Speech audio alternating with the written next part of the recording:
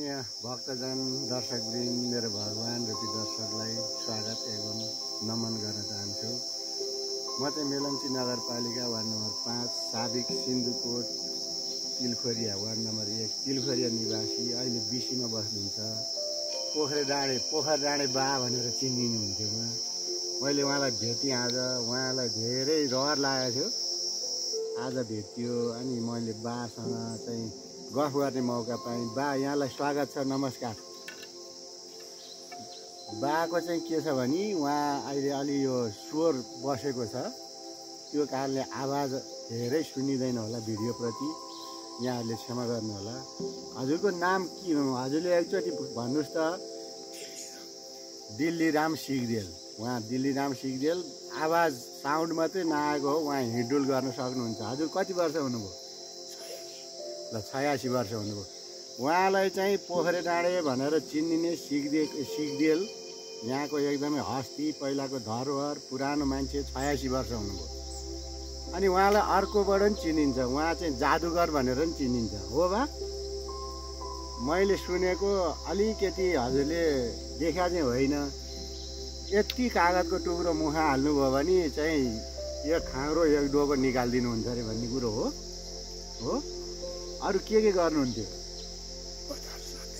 बतार साध्य छैन है। अनि हजुरको चाहिँ अमेरिका कतिचोटि जानुभयो? 3 चोटि अमेरिका जानुभयो। अहिले यहाँ नेपालमा हुनुहुन्छ, सिन्धुकोटमा हुनुहुन्छ, मेलम्चीमा हुनुहुन्छ। नेपाल यस्तै गरेर छोरा छोरी पढे लेखेका शिक्षित सम्भ्रान्त वर्ग सबै विदेशी भूमिमा नेपाल वृद्धाश्रम भयो। त्यसकारण यस्तो हामी बुढाखाडा मात्रै रहने देश हुन लाग्यो। त्यसमा सरकारले चाहिँ छिटोभन्दा छिटो ध्यान जानुपर्छ र नेपालमै रोजगारी सिर्जना हुनुपर्छ र छोरा छोरी, श्रीमान श्रीमती, बाउ आमासँगै बस्न पाउने नैसर्गिक अधिकार सरकारले प्राप्त गरोस् भन्ने हाम्रो यो आवाज सरकारसम्म पुगोस् या नपुगोस्, हामीले बोल्ने चिज बोलिरहन्छौँ। बाले चाहिँ धेरै जादु गर्नुभएको छ, हामीले धेरै सुन्यौँ। 86 वर्षको बालाई हामीभन्दा आधीभन्दा पनि बेसी उमेरको हुनुहुन्छ। सिन्धुकोटमा यो पहिलाको र अहिलेकोमा के फरक छ? यो विकास निर्माणमा चाहिँ अनि मान्छेको चाहिँ एउटा हुन्छ नि चाहना, अभिव्यक्ति कस्तो छ अहिले बाले महसुस गर्नुभएको के छ? थोरै भन्नुहोस्, म रिपिट गरौँला नि।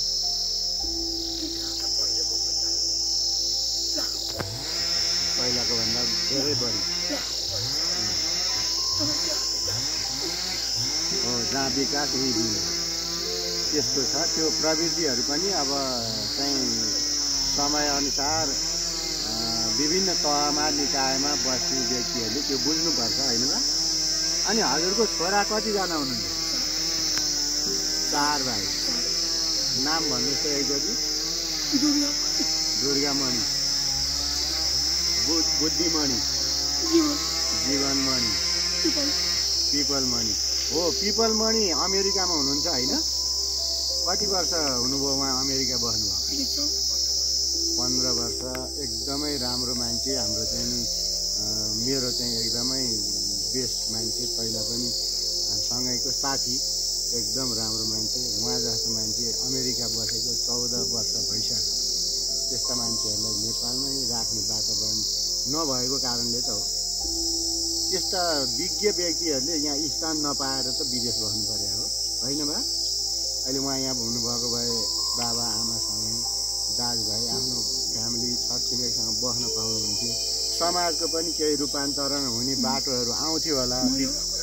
हजुर,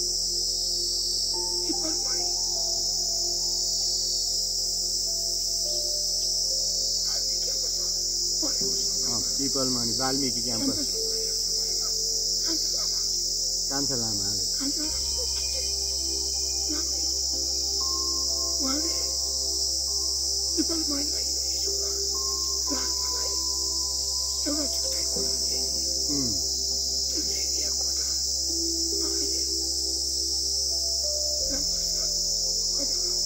रामप्रसाद कुमार।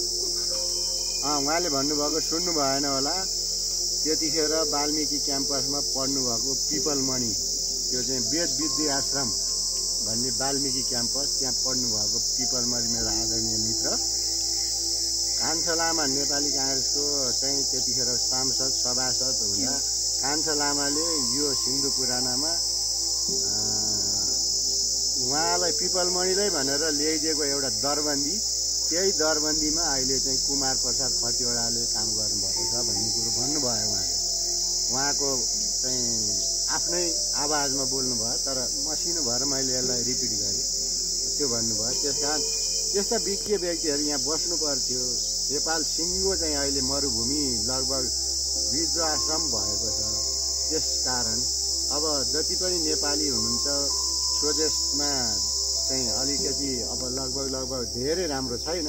विदेशमा बसेका चाहिँ सबै अब नेपालमै आएर आफ्नो जन्मस्थान कहाँ छ भएको बचेकुचेका पैसाले यही नेपालमै केही पेसा व्यवसाय गरिदिनु भयो भने आफ्नो परिवारसँगै बस्न पाइन्छ भन्ने मेरो सबैलाई आग्रह छ। भाइ यो 2-3 वर्ष भयो, सबै आउनुहोस्, यहीँ बसौँ, यहीँ केही गरौँ, त्यहाँको जति दुःख गरे पनि यहाँ पनि केही हुन्छ भन्ने चाहिँ यो लगभग 3 वर्षसम्म म यतिकै भनिरहेको छु।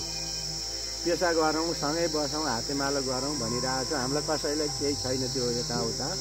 अब उहाँ जस्तो बुद्धिमानी बुद्धिजीवी पहिलाको धरोहर तिरखोरियाको सिग्देल परिवारको व्यक्तिसँग आज छोटो कुरा गरेँ यो भिडियो, अन्यथा केही नलिनु होला। मैले आफ्नो कन्टेन्ट मोनिटाइजेसनको लागि पनि र दीपक कुमार आले मगर फेसबुक युट्युब च्यानलमा यहाँलाई चाहिँदा जतिखेर पनि लिन सक्नुहुन्छ, त्यहाँ रहनेछ, त्यहाँ सब्सक्राइब गरिदिनु होला।